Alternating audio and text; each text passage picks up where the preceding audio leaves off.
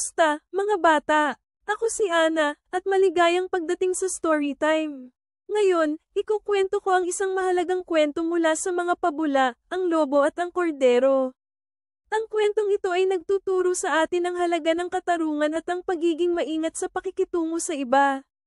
Handa na ba kayong makinig? Tara, simulan na natin. Storytime by Anna. Enchanting Tales for Kids. Ang lobo at ang kordero, aral ng katarungan. Sa isang mainit na araw, uminom ang isang mabait na kordero mula sa malinaw na batis. Biglang lumapit ang isang gutom na lobo mula sa itaas ng agos ng batis. Napansin niya ang kordero at nag-isip ng dahilan para siya ay lapain.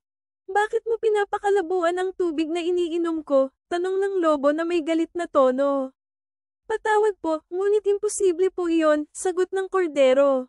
Nasa ibaba po ako ng batis, kaya hindi ko po kayang palabuin ang tubig na iniinom ninyo.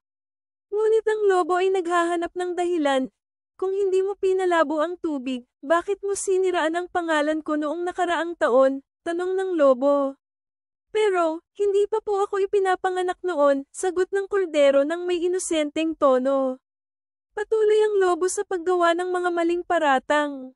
Sa kabila ng mga malinaw na paliwanag ng kordero, ang lobo ay nagngit-ngit sa galit. Wala nang makakapigil sa akin, sabi ng lobo, at sinunggaban niya ang kordero. Sa kabila ng kanyang kabutihan, ang kawawang kordero ay hindi nakaligtas sa masamang lobo.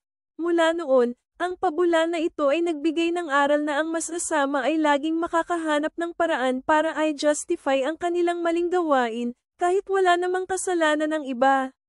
Tinuturo sa atin ito ang kahalagahan ng katarungan at pagiging alerto.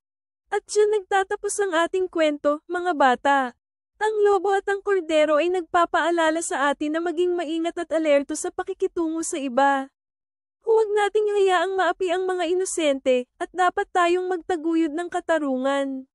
Salamat sa pakikinig, at magkita-kita tayo muli para sa iba pang kwento na may mahalagang aral. Paalam muna!